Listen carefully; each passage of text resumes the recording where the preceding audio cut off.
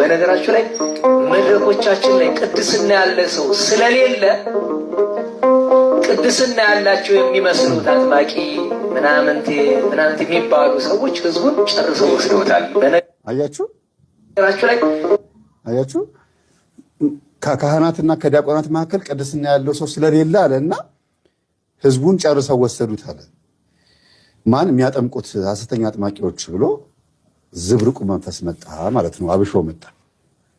ለምን እኔ አብሾ ለምን አልኩት፣ ለምን ዝብርቅ አልኩት የሚለውን እናንተ ትረዳላችሁ፣ ይገባችኋል ብዬ አስባለሁ። ግን በደንብ አስተውላችሁ አዳምጡ ቤተሰቦቼ። ዲያቆን ዮርዳኖስ አስታኮ መንቀፍ ስለፈለገ ከምን አነሳው ሲጀምር ለቤተ ክርስቲያን ችግር ለጥፋት ተጠያቂ እኛ ነን አለ። ጥፋት ብሎ ያለው ግን መፈወስ ማጥመቅን፣ ህዝቦችን አጋንንትን አስወጥቶ ህዝቦችን ነፃ ማድረግን እኮ እንደ ጥፋት የቆጠረው። ቤተ ክርስቲያን ውስጥ ያሉትን ደብተራዎች እነዛ ቆሻሻ የሆነ የቤተ ክርስቲያንን ንጹህ የሆነውን አካሄድ ቆሻሻ የሆነ አሰራራቸውን የጋረደውን እነሱን አይደለም። ንጹህ የሆነ የቤተ ክርስቲያንን አሰራር ኩላዊት የሆነችዋን አህት የሆነችዋን ቅድስት ቤተ ክርስቲያንን እንደዚህ በዘር እንድንከፋፈል ያደረጉትን በየአብነት ትምህርት ቤት ውስጥ ያለውን ያን ቆሻሻ የሆነውን አሰራር ግን አንድ ቀን ሲነቅፍ አይተነው አናውቅም። አንድ ቀን የሚባሉት በዚህ እንደሆነ እንኳን አይናገርም። ሁልጊዜ ፌመስ የሆኑትን በሚዲያ ዝነኛ የሆኑትን አሁን በሱ ቤት እነ መምህር ግርማን የሚያጠምቁት እና አባ ዮሐንስን ሌሎችን የሚያጠምቁትን አባቶች ሚዲያ ፌመስ ስላደረጋቸው እንደምን እንደታዩን የሚያስበው እንደ ቅዱስ ማጥመቅ፣ መፈወስን፣ አጋንንት ማስወጣትን፣ ሰውን ማዳን፣ አይነ ስውር ማብራትን ከቅድስናና ከንጽህና ህይወት ጋር ነው የሚያገናኘው እንጂ ከአገልግሎት ጋር ያገናኘው ብዬ የምነግራችሁ ሁልጊዜ ይሄን ነው። እንደ ስብከት አሁን እሱ እየሰበከ ነው አይደል? ፂሙን አንዠርጎ ዲያቆን ነው አይደል? ካህን ቄስ አባ አሳልሙኝ ሲባል አይታችሁ ታውቃላችሁ? ለምን ዲያቆን ሆኖ ስንት ዓመት ዲያቆን ዮርዳኖስ ተባለ? ክህነቱ የት አለ? አሁን መንኩሷል የሚል ጽሑፍ አይቻለሁ። እውነት መንኩሷል? ከመነኮሰ ጥሩ ነው። ብዙ ጊዜ ዲያቆን ሆኖ ያፈረሱ ከሆኑ ሲመነኩሱ ክህነት ይሰጣቸዋል፣ መስቀል ይሰጣቸዋል ተብሎ ስለሚታመን ምናልባት በዛ በኩል ሄዶ ሊሆን ይችላል፣ አይታወቅም፣ አላቅም። ከሆነ ከመነኮሰ ነው። እና እኔ በጣም አዝናለሁ። በጣም ማዝነው ለመሰላችሁ መምህርነት ሰባኪነትን ማዋረድ እኮ ነው። ይሄ የሚያጠምቁትን አባቶች መሳደብ ማለት ሰባኪነትን እኮ ራሳቸውን እኮ እያዋረዱ ነው። ምንድነው ልዩነቱ? ማስተማርና ማጥመቅ ወይም ማስተማርና መፈወስ ሁለቱም ጸጋ ነው። አንዱ የእግዚአብሔር መንፈስ ይላል ቆሮንቶስ 11 ላይ አንደኛ ቆሮንቶስ ላይ አንዱ የእግዚአብሔር መንፈስ ከአንዱ መንፈስ ተቀበላችሁ። ማጥመቁንም መፈወሱንም አጋንንት ማስወጣቱንም ታምራት ማድረጉንም አጋንንት መለየቱንም መጸለዩንም መምከሩንም ከአንዱ መንፈስ ተቀበላችሁት። እሱ ጸጋ ነው ይላል። እግዚአብሔር ይሰጣል ይላል። ሰጠ ነው የሚለው አይደል? ትልቅና ትንሽ አጎ ሰጠ ይላል አላለም። እኩል ሰጠ ነው የሚለው። አንዱ መንፈስ ነው። የሚሰብከው ላይም ሆኖ የሚለውጥ እግዚአብሔር ነው። የሚያጠምቀውንም ጨሌ የሚያስጥለውንም ላይ ሆኖ የሚያጠምቀው እግዚአብሔር ነው። የሚያጠምቁትን አባቶች ቀረብ ብሎ ችግሩ ምን እንደሆነ ሶሉሽን ፈጥሮ እስቲ ይሄ ነገር እንደዚህ ቢሆን ይሄ ከቤተ ክርስቲያን አንጻር ያስነቅፋል፣ አባቴ እንዲህ ቢያደርጉ ብሎ ቀርቦ አንድ ቀን ሳያናገሩ በሚዲያ ብቻ መሳደብ የአብሾ ውጤት ነው የሚለው። ይሄ ዲያቆን ዮርዳኖስ ይሄን የሚናገረው በአብሾ ነው፣ በራሱ መንፈስ አይደለም ብዬ አስባለሁ። ለምን ብትሉ የቤተ ክርስቲያን ችግር አለ አለ። ችግሩ ምንድነው አለ? የሚያጠምቁ አባቶች ወዴት ወሰዷቸው? ወደ በናፍቃን አዳራሽ እዛው ቤተክርስቲያን ውስጥ ሆኖ እኮ ነው ያሉት። እየቆረቡም ያሉት እያስቀደሱም ያሉት እየተጠመቁም ያሉት ቅድስት ቤተክርስቲያን ቤተ ክህነት በምታውቀው ሲኖዶሱ በሚያውቀው ቤተክርስቲያን ውስጥ ከሆነ ነው እኮ እያጠመቁ ያሉት። ልብ ካለው መጥቶ ተወግዛችኋል አይደል? ማን አወገዛቸው? ወዴት ወሰዱት ህዝቡን? እዛው ነው ያሉት። እንዲያውም ማህበረ ቅዱሳን ከቤተክርስቲያን ግቢ ውጭ ፎቅ ሰርቶ ግቢ ጉባኤ ብሎ ሌላ ነገር ውስጥ መግባቱ የሚያስነቅፈው እንዲያውም እሱ ነው። እንዲያውም ይባል ከተባለ ተወሰዱ ከተባለ አይ ባስተምሮ ነው ከተባለ እነሱ ያሉት ቤተክርስቲያን ውስጥ ነው። ሁሉም ያለው ቤተክርስቲያን ውስጥ ነው። ህዝቡም የሚመጣው የሚቆርበው የሚያስቀድሰው በየሰፈራቸው በየአጥቢያቸው ያለው ቤተክርስቲያን ላይ የሚያስቀድሱት የመምህር ግርማ ተማሪዎች የሚታወቁትም በመቁረብ ማታ በመጸለይ ጸሎት ቤት በመስራት በመትጋት በመቀጥቀጥ ነው የሚታወቁት። በአቡነ እስትንፋሰ ክርስቶስ ዘመን ያሉትን ወጣቶች ነው የሚመስሉት። ሁሉም ስማቸው ክርስቶስ ኢየሱስ ነው እንዳለ በአቡነ እስትንፋሰ ክርስቶስ ዘመን የዛሬ 300 ዓመት ማለት ነው። እንዳለ ስማቸው ከጌታ ጋር የተገናኘ ነው። ያ ማለት መናፍቅ ናቸው ማለት ነው። በዛ ዘመን የሆነ ኢየሱስ የሚል ስም ገኖ ነበረ ማለት ነው። የሆነ ፋሽን ነበር ማለት አይደለም። እግዚአብሔር የሚፈልገው ነገር አለ። ስለዚህ በዚህም ዘመን ደግሞ እነዚህ አባቶች ባይኖሩ ኖሮ ብዙ ሰው መናፍቅ ይሆን ነበረ። ምክንያቱም ፓስተር ገሌ ጋር ሊሄድ ብሎ ለመፈወስ እጅ ለመጫን ለመጠመቅ ወይም ደግሞ የሆነ መንፈስ ለማስወጣት የማይሄድበት ፓስተር የለም። እንዲያውም በጣም ተመነምን ነበር ብዬ አስባለሁ። የሚያጠምቁ አባቶች ባይመጡ ኖሮ ኦርቶዶክስ ተዋሕዶ ቤተክርስቲያን ምዕመን በጣም ይጎል ነበረ። መምህር የዛሬ 4 ዓመት የታሰሩ ጊዜ ቮት አድርጉ ሲባል የዛሬ 4 ዓመት አለ የዛሬ 8 ዓመት የታሰሩ ጊዜ 28 ሚሊዮን ሰው ነው ቮት ያደረገው እሳቸውን የደገፈ ሰው። በጣም ከባድ ነው እኮ አንዳንድ። ስለዚህ የት ነው ያሉት? ቤተክርስቲያን ምን እንደሚያስተምሩት መጽሐፍ ቅዱስ ወንጌል ከፈውስ በፊት ወንጌል አስተምረው ከዛ በኋላ አጋንንቱን አናዘውት እንደ አባ ጳውሊ እንደ አባቶቻችን ስንክሳሩም የተጻፈው ገሉም የተጻፈው ለምንድን ነው? ልንማርበት አይደል እንዴ? ከማን እንማር? ከአባቶቻችን። ምን እንማር? ተጋድሎ አይደል እንዴ? ተጋድሎ ነው የምንማረው። ሌላ ምን እንማር? መጽሐፈ መነኮሳት ሶስቱ መጽሐፈ መነኮሳት አረጋዊ መንፈሳዊ፣ ፊልክስዩስና ማር ይስሐቅ ስለ ሰይጣናትን ውጊያ እና ስለ ማሸነፍ ነው የሚያስተምረው። ከዚህ ውጭ ሌላ ምን እንማር? ማሸነፍን ተማርን፣ እንዴት እንደሚያሸንፍ እኛ ደግሞ እንዴት እንደምናሸንፈው ተማርን። ዲያቆን ዮርዳኖስ በአብሾ መንፈስ እንደሚያወራ የምታውቁት ከዚህ በኋላ በሚናገረው ቃላት ነው። ርዕሱን ረሳው። መጀመሪያ ያነሳው ርዕስ አጀንዳው የለም። እኔ ቆርጬ ስላመጣሁት እንጂ ቪዲዮ የለም። ዘውግ ይስታል። ብዙ ጊዜ እያስተማረ የአንድ ሰዓት ከ30 ደቂቃ ቪዲዮ ብዙ ጊዜ ቁጭ እያዳምጣለሁና ዘውግ ስቶ ማይሆን ነገር ውስጥ ገብቶ ክትክት አድርጎ እንደገና ወደ ነበረበት መመለስ እስኪያቅተው ድረስ የስብከት ዘውግ ይስታል። የማይመለከተው ውስጥ ገብቶ ያቦካል። ጺም ባንጀረገ ወይም ደግሞ ግዕዝ በተናገረ ወይም እንደዚህ አባገሌ ሊቃውንት ገሌ መሪጌታ ገሌ አባገሌ በሚባል የበቁ አባቶችን በማወቅ ይመስለዋል። እንትን ዶግማን በማጥበቅ ነገሮችን ክር በማድረግ ይመስለዋል። ክርስትና አይደለም። ለተወጋው ባጋንንት ለተወጋውና ለተጨቆነው በማዘን ነው። ታች ላለው በማዘን ነው። ለተመታው በማዘን ነው። በአዳም ልኮ ውስጥ ሆነው ለተጨማለቁ ሰዎች በማዘን ነው የሚጀመረው ክርስትና እንጂ ታምራት ይላሉ ሁሉም ሰባኪዎች። መምህር ግርማ ታምራት አድርገው አያውቁም። ፈውስ ነው የሚሰጡት። ታምራት ሌላ ጉዳይ ነው። ታምራት ከስንት አንዴ መነኮሳት አባቶች፣ እነዚህ መናንያን አባቶች ኢየሱስ ጌታ እንደሆነ አላውያን ነገስታት ሲነሱባቸው ለጣዖት ዕጣን ሰው ሲባሉ አይ ብለው ሞት ማስነሳት፣ አይን ማብራት ከስንት አንዴ እነሱ ጋር ጸጋ እንዳለ ለማሳየት የሚጠቀሙት ነው ታምራት። ይሄ እኮ የዕለት ዕለት አገልግሎታቸው እኮ እነዚህ ሰዎች ቤተክርስቲያን ግቢ ውስጥ ተውት፣ ጸበል ቦታ ግቢ ውስጥ አጋንንት ሁልጊዜ ይጮሃል። እሱ ታምራት ነው። ይህ እኮ የነ መምህር ግርማ አገልግሎት እሱ ነው። ሻል አድርገውት በሚዲያ ጉባኤ አለ፣ ኑ ተጠመቁ፣ ኑ ፈውስ አገልግሎት አለ ስለተባለ ነው ሁሉ የሚናደዱት። ታዲያ ምን ይባል? አጋንንት ያለበት ሰው በሙሉ መጥቶ አንድ ቦታ እንዲሰበሰብና አጋንንት እንዴት እንደሚያጠቃ ማስተማራቸው ችግር አለው? ከትናንትና ወዲያ ያስተማርኩት ትምህርት ላይ ሴቶች ቅዱሳን ስሟን አሁን ለጊዜው ያችን ሰማት ረስቻታለሁና ቅዱሳን ምንድን ያለቻቸው? አጋንንት እንዴት እንደሚያጠቃችሁ እንዴት እንደሚያሰቃያችሁ ልንገራችሁ ብላ ቁጭ አጋ ነው የገዳሟ በምኔት የነገረቻቸው። ያቺ ቅድስት ሴት ኢዮጵራቅሲያ መሰለችኝ አይደለም? አዎ ቅድስት ኢዮጵራቅሲያ። እና በጣም በሚገርም መልኩ ቅዱሳን ስንክሳሩ ስትገቡ ሰይጣን በብዛት ሴት እንዴት አድርጎ ሰዎች እንዴት አድርጎ እንደሚያጠቃ ነው የሚያሳየው። ሞር በብዛት የቅዱሳን ተጋድሎ ከአጋንንት ጋር ነው። እነዚህ አባቶችስ አጋንንት ያለበት ሰው ይመጣል፣ ይጮሃሉ። የሚመጡት ሊቆርቡ አይደለም። እነዚህ አባቶች ጋር የሚመጡት የህንፃ ለማሰራት አይደለም፣ ሊፈወሱ ሊድሩ ነው የሚመጡት። ስለዚህ አንድ አይነት ሀሳብ ያላቸው ሰዎች አንድ ጉባኤ ላይ ይገናኛሉ። ለዚህ ነው አብዛኛው ሰው የሚጮኸው። የተለየ ነገር የለውም። መምህር ምህረተአብ ጉባኤ ካለው ሲጠራ ለወንጌል ነው የሚጠራው ህዝቡን። ኑ እጄ ልጫንባችሁ አይደለም። ስለዚህ ለወንጌል የመጣ ሰው ሲሰበሰብ ወንጌል ሰምቶ ዘምሮ ይለያያል፣ አንድ ሀሳብ ስላላቸው። ፈውስስ ፈውስ ሲሆንስ አንድ ሀሳብ ያላቸው ናቸው። በቤታቸው የሰገዱ የጾሙ የጸለዩ የቀጠቀጡ ሰዎች ናቸው የሚመጡት፣ ድጋሚ የሚመጡት። ስለዚህ ዲያቆን ዮርዳኖስ በአብሾ መንፈስ እንደሚያወራ ምልክቱ ዘውጉን ስቶ የማይሆን ነገር ውስጥ ይገባል። ከዛ ወደ አጥማቂዎቹ ሄዱና ጥልቅ ብሎ ሌላ ነገር ውስጥ ይገባል። የጀመረው እኮ አጥፊዎቹ ያጠፋ ነው እኛ አገልጋዮች ነን እኛንን ያጠፋ ነው እያለ ነው።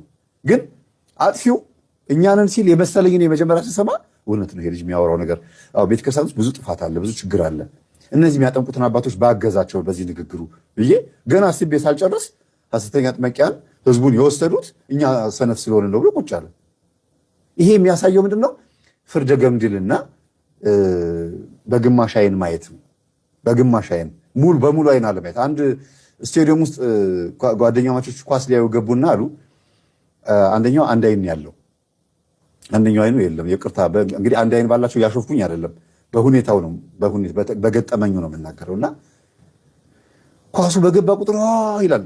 ከ45 ደቂቃ እረፍት በኋላ ኳስ ተጫዋቾቹ ጎል ተቀያየረው አሁንም ጎል ሲገባ ይላል። ከዛ ጓደኛው ዞር ብሎ ለማን ነው የምትደግፈው? ከ45 ደቂቃ በኋላ ጎል ተቀያይረዋል። እዚህኛው ላይ ሲገባ ትላለህ ለማን ነው የምትደግፈው አለው ይባላል። ለምን? የሚያየው በአንድ አይኑ ስለሆነ ነው። በዚህኛው አይኑ ብቻ ስለሚያይ ማለት ነው። እና ይሄ በሰው ሰውኛ ነው ነገራችሁ። በመንፈሳዊ ህይወትም ስታዩት ሁልጊዜ ይሄ አጠገባችን ስላለው ነገር ብቻ የምናስብ ከሆነ ሩቅ ያሉትን ሰዎች ማዳን አንችልም። ለዚህ ነው ቅዱስ ጴጥሮስን ጌታ ምን አለው?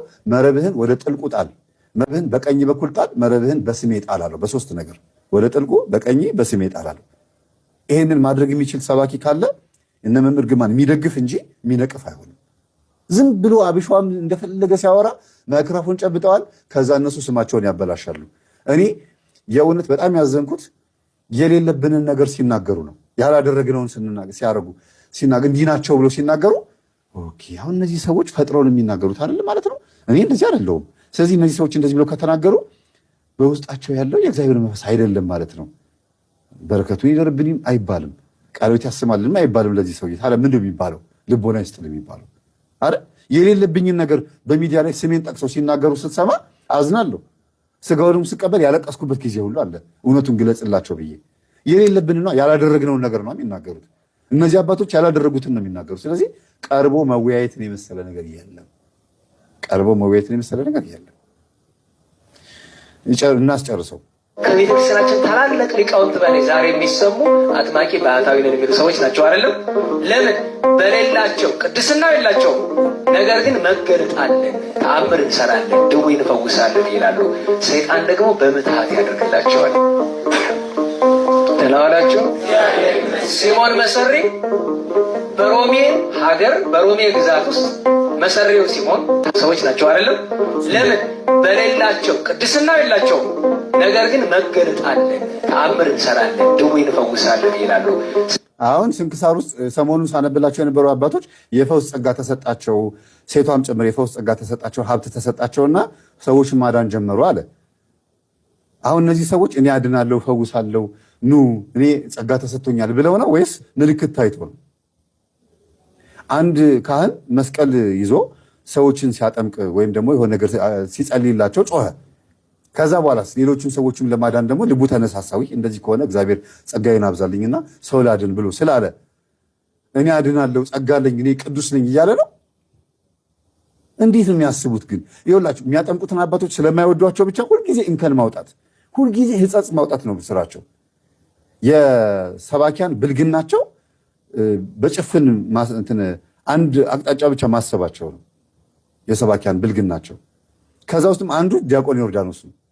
በጣም የሚገርማቸው ጨዋ ይመስላል፣ ለቤተክርስቲያን የተቆረቆረ ይመስላል። ግን ራሱን በጣም የሆነ ቦታ ላይ አድርሶ ነው ሲያስተምር ስታዩት። የሆነ ቅዱስና ንጹሕ ፍጹም ቅዱሳንን የሚያገኝ የበቁ አባቶችን የሚያገኝ በጣም የተለየ ሰው አድርጎ ነው ራሱን የሚያየው። ይሄ የግርማ ሞገስ መንፈስ የተጠናወታቸው ባያረግም እንኳን የእነሱ መንፈስ ያገኘው የቡዳ መንፈስ ያገኘው ሰው ነው እንጂ ጤነኝነትም አይደለም። ልክ ልኩን ነው። ማንም ሰው ወደኋላ የሚል የለም።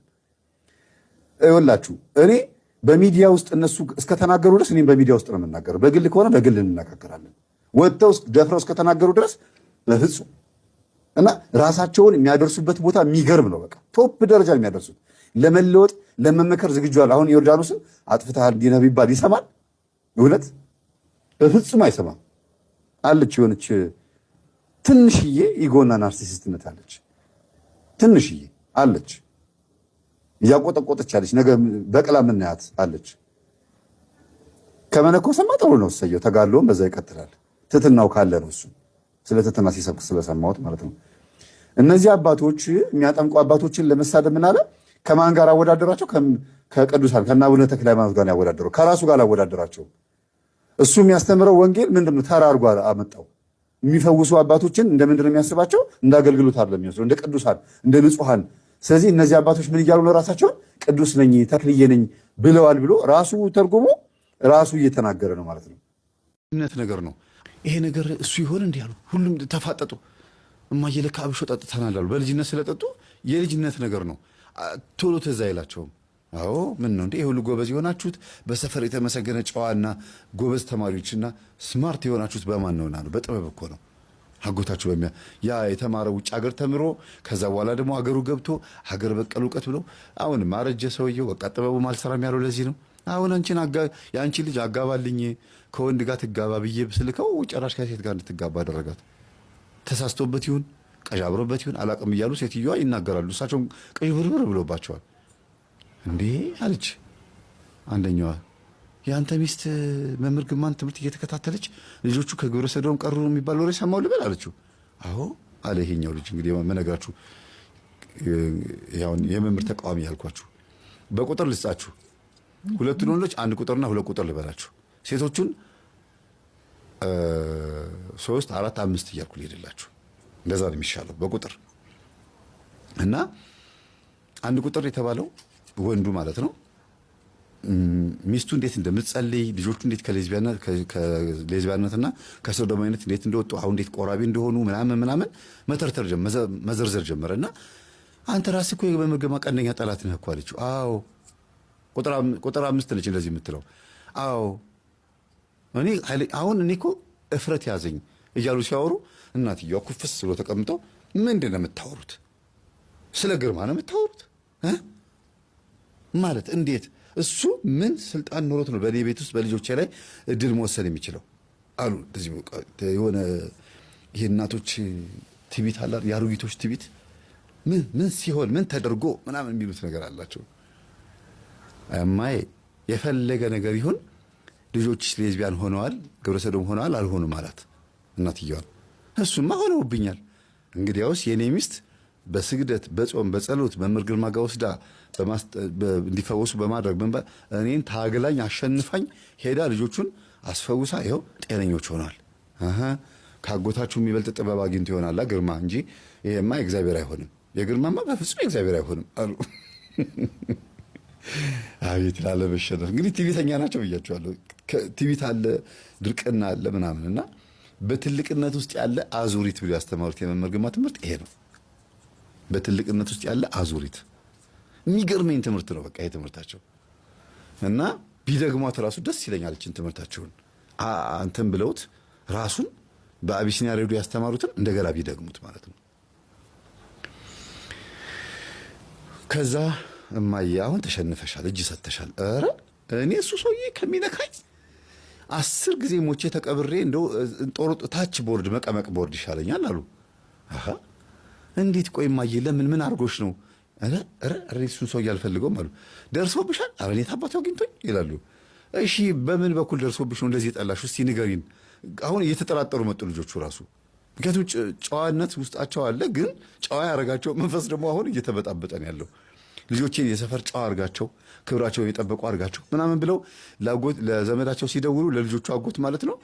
ያ ዘመዳቸው ያ አጎታቸው የተባለው ሰው እንደተባለው ይለማመዳል። እንዴት ጨዋ ማረጋቸው ውስጥ የትኛውን ብልከው ነው የትኛውን ባዋርሳቸው ነው የትን ቅጠል በሰጣቸው ነው እያለ ሲመራመር ይኖሩ በልጆቹ ኤክስፐሪመንት የላብራቶሪ አይጥ ሆኑ ማለት ነው። የሰውየው የድብትርናው አይጥ ሆኑ። እድሜ ልካቸው እንደዛ እየተመረመረባቸው በእነሱ ይመራመራል። ለመንደሩ ሰው ደግሞ ትክክለኛ መድኃኒት ይሰጣል። በአይጥ ተመራምረው አይደለ ለህዝቡ መድኃኒት የሚሰጡት እንደዛ ማለት ነው። እና እኚህ እናት ተሸነፉ። የተሸነፉት በምንድን ነው? ዝም በይ በማለት ነው። እሺ ምናምን ብለው ተቀብለው አይደለም። በቃ አሁን አንቺ እኛን ለማሳደግ ብዙ ዋጋ ከፍለሻል አይደል? እኛ እናውራበት፣ ዝም በይ አሁን ነው። ልጆች እንዳለ ተሰበሰቡ። ልጆቻቸውን በሙሉ ሰበሰቧቸው። እንደምንም ካሉበት ከየሄዱበት ቦታ አንመጣም ብለው ሁሉ የተደበቁ ነበር። ሰበሰቧቸውና ነው አሉ። በቃ ልጆቹ አመጹ። በጣም አደገኞች ናቸው። ግን ወላጆች ተንበረከኩ። አምስቱ ወላጆችና ባልና ሚስቶቻቸው 10ሩም ተንበረከኩ። በቃ ልጆቻቸው ፊት እናንተ ዲያብሎስ ከባድ እኮ ነው እናንተ። በቃ ተስፋ ቆረጡ። በቃ ምን ያርጉ ታውቃላችሁ? 10ሩም እናትና አባቶች ተንበረከኩ። ልጆቻችን እባካችሁን እኛ ምንም ልንላችኋል ልናስተምራችሁ ብቻ የምንፈልገው ኃጢአቱን እኛ አስተምራችሁ እስኪገባችሁ ድረስ ችግር የለውም። ልጎሄድ ግን የምንላችሁን ነገር ለመስማት ብቻ ዝግጁ ሆኑና ጆሮአችሁን ብቻ ስጡን አለች አንዷ ከእህትማማቾች መካከል። ኦኬ እስማማለሁ በዚህ ምናምን አሉ። የዛ ሀገር ልጆች ናቸው። ለነገሮች ቀላል ነው እንትን የሚያስቡት። ተስማማችሁ? አዎ እናመሰግናለን። በምንድን ነው የተስማማነው ማለት ነው? እሷ ታቋታላችሁ አይደለም እንዴ? አዎ ያክስታችን የአጎታችን ሚስት እኮ ናት ምናምን አሉ። ኦኬ ስለዚህ እሷ ቤት አንድ እያላችሁ ትሄዳላችሁ። በሳምንት ትፈራረቃላችሁ። ሁላችሁም ትመከራላችሁ አለቻቸው። ኦኬ ችግር የለውም ቻው ባይ ባይ ባይ ባይ ወለቅ ብሎ ሄዱ። ወደ ጭፈራቸው ወደ ምናቸው ወደሚሄዱበት። በቃ ዱርዬዎች ናቸው። የአሜሪካን ሀገር ዱርዬ ወደሚፈልጉበት ቦታ ሄደው ውለው የሚመጡ ዱርዬ የተበሳሱ ምናምን በቃ ወንዶቹ ሴቶቹ በተለይ ትንሽ ወንዶቹ ይሻላሉ። ትንሽ ወንዶቹ ሴቶቹ ተዋቸው። ይሄ ገልጦ እምብርት ላይ ምናምን ማስያዝ ይሄ የት ጋር ነው እናታችሁ? ይሄ ምን ልበላችሁ ስንት ቦታ የተበሳሱት ደግሞ ፌሚኒስትም ናቸው። ለሴቶች መብት ምናምን የዛው ሀገር ማለት አይደል በትምህርት ቤት የሚሰጠውን ትምህርት የሚደግፉ ምናምን ናቸውና ካሪኩለሙ በደንብ አድርጎ ነው የሰራቸው። በደንብ አድርጎ ጎን ለጎን ደግሞ የሰውየው መንፈስ አለ። እንዴት ሁሉንም እየመጣ ይገናኛቸዋል። እናንተ የሰውየው መንፈስ ገብቷል በአብሾ። ሰውየው እየላከ አይደለም፣ መጀመሪያ የላከው ነው።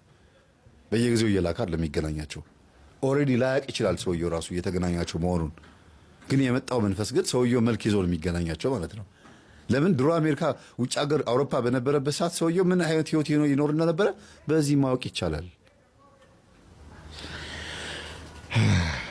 ከዛ አንዳንድ እያደረገች እያመጣች እየገራቻቸው እያስተካከለች አሁን ሁለት አልመለስ አሏት። አሁን ናውዴስ አሁን ባለንበት ጊዜ በዚህ ዘመን አሁን ባለንበት ሰዓት ሁለት ብቻ እምቢ አሏት፣ ወንድና ሴት ነው አሉ። ሁሉንም አስተማረቻቸው እያሰገደች በመቁጠሪያ እየቀጠቀጠች ቅባ ቅዱስ ኃይላቸውን እየቀባች ዕጣን እንዲጨስ እየተደረገ ዕጣን ስላችሁ አባቶች የባረኩት ዕጣን ንስሐ አባቷ እየተቃወሟት ማለት ነው። ተይ አይደረግም እንደዚህ ምናምን እያሏት አባቴ እኔ የማደርገውን ያደርጋሉ፣ ከቻሉ ያግዙኝ፣ ካልቻሉ አፎትን ይዝጉ እያለች ንስሐ አባት እየመጡ ቤት እንዴት ናችሁ ይመጣሉ። በእርግጥ ግን እያደረገች ያለችው ነገር ስትነግራቸው ይቃወሟታል። አባቴ 10 ልጆች እኮ ነው በዚህ እኮ የራሴ ልጆችና 10 ልጆች የወንድማማችና የእህትማማ ልጆች እየቀየርኩበት ያለውትን ሂደት እኮ ነው እየተቃወሙ ያሉት ስትላቸው ይሄ ግርማ የምትይውን ነገር እንደው እሱ ጋር የምትዞሪውን ነገር ባልሽ እንደው በቃ እሱንም ወሰወስሽው ይሏታል። ባለቤቴ የኔ ተባባሪ ሆኗል፣ እንዲያውም ንስሐ አባት ቀይራለሁ ሸኙኝ አለቻቸው። አዎ እኔ ከሱ ልጆች ጋር እኔ አልቀላቀልም፣ ይብቃኝ፣ ብዙ ልጆች አሰናብቻለሁ፣ አሁንም ከግርማ ልጆች መውጣት እፈልጋለሁ፣ በቃ ፈትቼሻለሁ ትቼሻለሁ ብሎ ሄዱ። ቀየረቻቸው። ሌላ ንስሐ አባት ያዘች። ቁርጥ ውሳኔ ነው የወሰነችው በቃ። ምክንያቱም እንቅፋት ሊሆኑባት ሆኑ።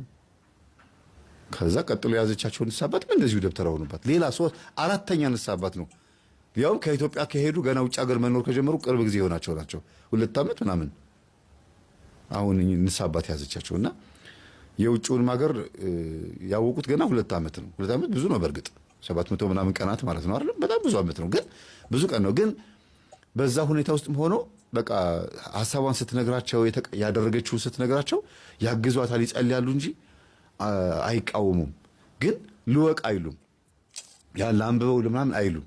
ዝም ብለው እሺ ችግር የለውም ምን ላግዝሽ ይሏታል፣ ጸልዩልኝ ምናምንና መምህር አሁንም አለችኝ እኚህ ሰው የሚደግፉኝ ብር አስራት ስለምንሰጣቸው አንዳንድ ብቻ ገና ሀገሩን በደንብ ስላልተላመዱትና እንደው እንደ አዲስ ቄስ እንዴት እቃወማለሁ ብሎ አስበው እንጂ መምህርን የሚደግፉ አይመስለኝም አለች። በጣም እኮ የሚገርም ነው እውነት።